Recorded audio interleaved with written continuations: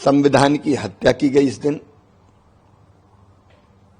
लोकतंत्र को पैरों तले कुचल दिया गया। आज जो संविधान लेके घूमते हैं वो याद करें, यही कांग्रेस थी जिसके डीएनए में तानाशाही है और अपनी कुर्सी बचाने के लिए, सत्ता में बने रहने के लिए पूरे देश में लोकतंत्र को रौंदने का, पीसने का, कुचलने का काम अगर किया था तो श्रीमती इंदिरा गांधी जी ने किया था। आज भी याद है मुझे वो काला दिन, 50 साल हो गए। मैं तो तब 16 साल का था। कैसे अमानुषिक अत्याचार किए गए, पूरे देश को जेल खाना बना दिया गया, मौलिक अधिकार समाप्त कर दिए गए, जिसको चाहो पकड़ो जेल में डाल दो, अभिव्यक्ति की स्वतंत्रता कुचल दी गई, छीन ली गई, प्रेस पे ताले डल गए थे। केवल नेताओं को जेल में नहीं डाला, उस समय प्रेस के साथ भी जो सुलूक हुआ, लोकतंत्र के आधार स्तंभ को भी कुचलने का काम किया, केवल इसलिए कि मैं ही सत्ता में रहूंगी, ना न्यायपालिका की सुनूंगी, ना संविधान की सुनूंगी, और जो आवाज उठाएगा वो जेल में जाएगा, कुचल दिया जाएगा। कई परिवार तबाह और बर्बाद हो गए, साधारण कार्यकर्ताओं को जेल में डाल दिया गया, उनके घर और परिवार बर्बाद हो गए। मुझे याद है, हसमत वारसी हमारे जनसंघ के नेता थे, मैं तो छोटा था, भोपाल सेंट्रल जेल में मैं भी बंद था। वो बीमार हुए, हम लोग गिड़गिड़ाते रहे, पेट में उनके भयानक दर्द था, 3-4 दिन वो तड़पते रहे, उनको इलाज की सुविधा नहीं मिली। और बाद में जब एकदम उनकी बीमारी ऐसी बढ़ी कि अब लगा के बचेंगे ही नहीं, तब ले जाया गया, तो जाते जाते अस्पताल में उन्होंने दम तोड़ दिया। युवा नेता थे, करंट लगाए गए लोगों को, बर्फ की सिल्ली पर लिटाया गया, हाथ पैर तोड़े गए। अब मेरे जैसे लोग, हम तो अपने स्कूल के प्रेसिडेंट थे, लगा के महंगाई, बेरोजगारी, भ्रष्टाचार और गलत शिक्षा पद्धति, इसके खिलाफ आंदोलन की जरूरत है, तो जेपी मूवमेंट में शामिल हो गए। लेकिन डिफेंस ऑफ इंडिया रूल में हम बंद थे, हथकड़ी लगा के मारते हुए ले जाया गया और थाने में घुटनों पे डंडे और कोहनियों पे डंडे बरसाए गए। बताओ, ये पैम्फलेट जो साइकिल स्टाइल बांटते थे कहां से आए?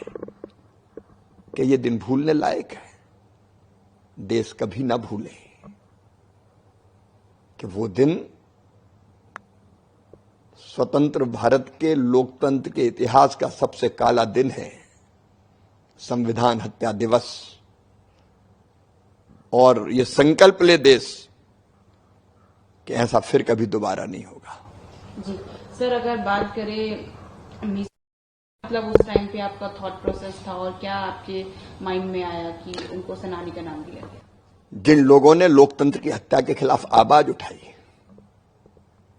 जिन्होंने लोकतंत्र बहाली के लिए आंदोलन चलाया, जो संविधान की रक्षा के लिए जेलों में गए, मैं मानता हूं कि आजादी की तीसरी लड़ाई थी।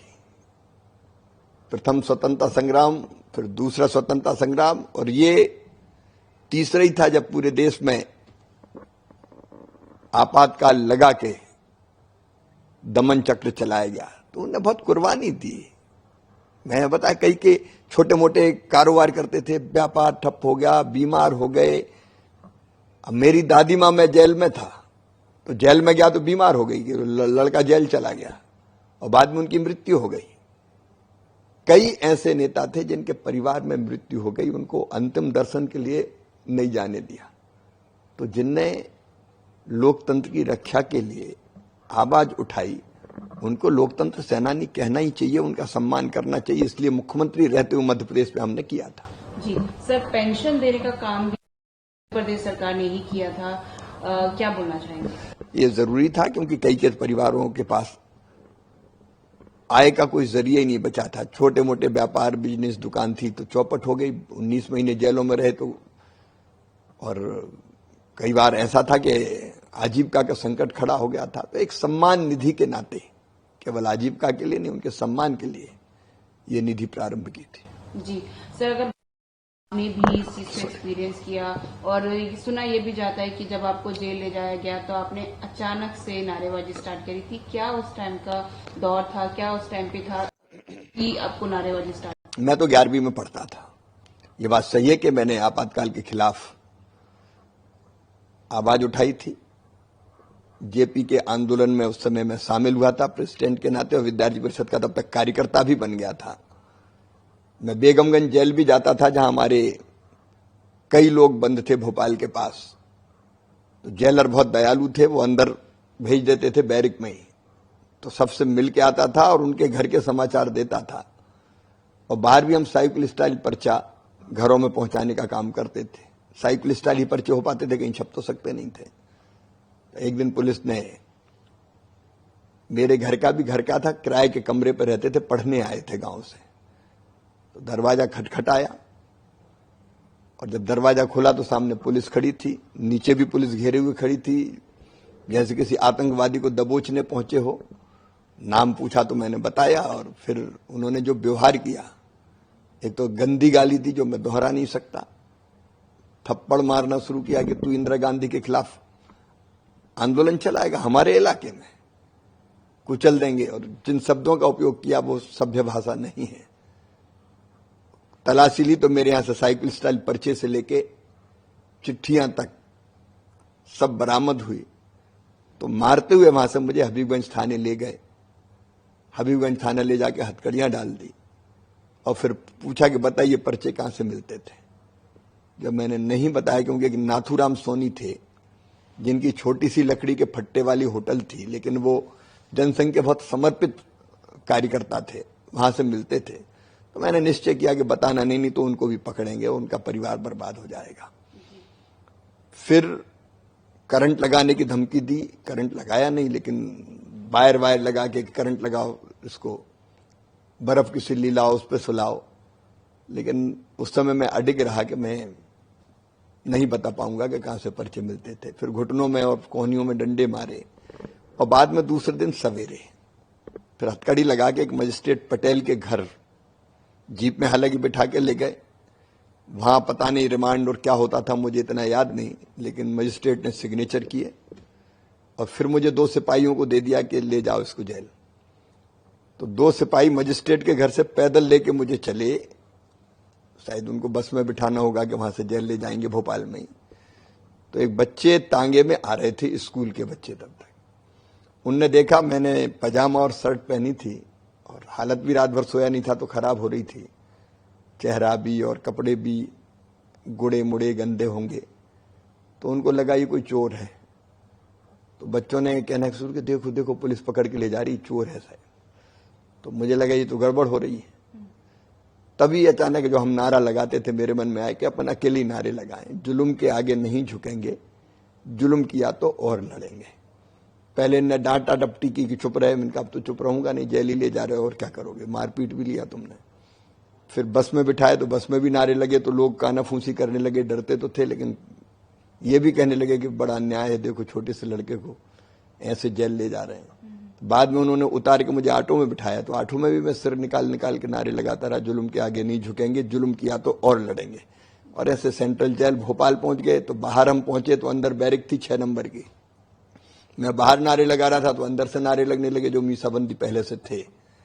और फिर हम अंदर ले जाए गए, अंदर शर्ट उतरवाई गई, तिल देखे गए शरीर में कहाँ कहाँ है, जो कुछ उनको करना था वो सब किया और फिर हम बैरिक में ले जाए गए। ओके सर, एक दौर देखा इमरजेंसी का और एक आज का टाइम है जहां सरकार जो है, अगर बात करें इंटरनेशनल लेवल की या इंटरनेशनल पॉलिटिक्स की, तो वहां पे भी बहुत समर्थ है। ग्लोबल लीडर की तरह, ग्लोबल लीडर की तरह जो है हमारा देश आगे बढ़ रहा है। क्या बोलना चाहेंगे, कितना डिफरेंस है? मुझे गर्व है ये कहते हुए कि प्रधानमंत्री श्रीमान नरेंद्र मोदी जी के नेतृत्व में एक वैभवशाली, गौरवशाली, संपन्न, समृद्ध और शक्तिशाली राष्ट्र का उदय हुआ है। आज का भारत और तब के भारत में, भारत तो हम मां है हमारी देश, लेकिन तब और आज बहुत अंतर है। एक समय जब दुनिया के किसी देश में जाते थे तो कहीं मान नहीं था, सम्मान नहीं था, इज्जत नहीं थी, गंभीरता से नहीं लेता था कोई। और कांग्रेस की रिजिम में तो बेईमानी और भ्रष्टाचार का गढ़ माना जाता था। लेकिन आज जहां जाएं दुनिया के किसी कोने में, तो भारतीय सुनते ही एक अलग सम्मान का भाव हमारे नागरिकों के प्रति पैदा होता है। हम दुनिया की चौथी सबसे बड़ी अर्थव्यवस्था बन चुके हैं। उनको पीछे छोड़ दिया जिन्होंने कभी हम पे राज्य किया था। हर दिशा में भारत आज प्रगति कर रहा है, विकास कर रहा है, गर्व से हम भरे हुए हैं। और किसी ने अगर आंख उठा के भारत माता की तरफ देखा तो फिर उनको अंजाम भुगतना पड़ा है। चारों तरफ प्रगति हो रही है और सबसे बड़ी बात यह है कि लोकतंत्र बीजेपी की जड़ों में है, माटी में है, डीएनए में है। तानाशाही कांग्रेस के और लोकतंत्र बीजेपी की। मुझे गर्व है कहते हुए मंत्री के रूप में, जब कैबिनेट के अंदर हम बैठते हैं तो प्रधानमंत्री जी पूछते हैं कि बताओ और कोई विषय है क्या। हर एक मंत्री से बोलो तुम्हें कुछ कहना है क्या। जब इंदिरा जी थी तब कोई बोल सकता था, किसी की हिम्मत थी क्या। लोकतांत्रिक प्रक्रियाओं के माध्यम से सारी चीजें तय होती है और देश बढ़ रहा है, खुली हवा में सांस ले रहा है। नौजवान आत्मविश्वास से भरे हुए हैं।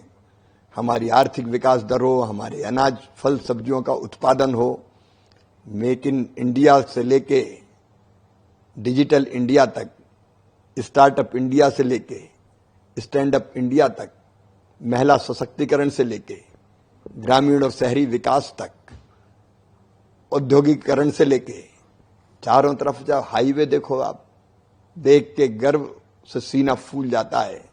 हाईवेज हो, रेलवे के नेटवर्क हो, वंदे भारत ट्रेन से लेके अलग अलग इनोवेशन हो रहे हो, एयर कनेक्टिविटी का मामला हो, पोर्ट हो, एयरपोर्ट हो, चारों तरफ प्रगति हो रही है। देश आगे बढ़ रहा है। जी सर, एक आखिरी सवाल, क्योंकि कुछ आवाजें जो हैं उनसे माफी मांगने के लिए भी कह रही हैं, आप क्या बोलना चाहेंगे? कांग्रेस को तो माफी मांगना ही चाहिए इस पाप के लिए, अत्याचार के लिए, अन्याय के लिए, जिसमें कई लोग मारे गए। और अन्याय भी कैसे कैसे हुए। तुर्कमान गेट कौन भूलेगा, यहां लोग गोलियों से भून दिए गए थे। एक व्यक्ति की सनक ने तय कर दिया कि नसबंदी करो पूरे देश में, और नसबंदी के टारगेट फिक्स कर दिए गए।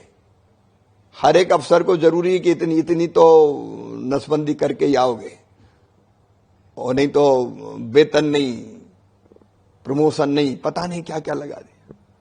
तो बाकी सब काम छोड़ के अफसर पिल गया कि चलो पकड़ो, नसबंदी करो। मुझे याद है क्योंकि मैं तो 9 अप्रैल 76 को, 8-9 अप्रैल 76 को, क्योंकि रात में अरेस्ट हुआ था, मैं तब अरेस्ट हुआ था। लेकिन उसके पहले जब इमरजेंसी लग चुकी थी 75 जून में, मैंने देखा था कोई गाड़ी अगर गांव की तरफ आए तो पूरा गांव दौड़ पड़ता था, भागो ऑपरेशन वाले आ गए, मतलब नसबंदी वाले आ गए। कोई खेतों में पड़ा है, कोई नालों में घुसा है, क्योंकि उस समय पकड़ पकड़ के बुजुर्गों की, बूढ़ों की नसबंदी कर दी गई, बच्चों की नसबंदी कर दी गई। जिसको पकड़ में आ गया उसकी नसबंदी कर दो।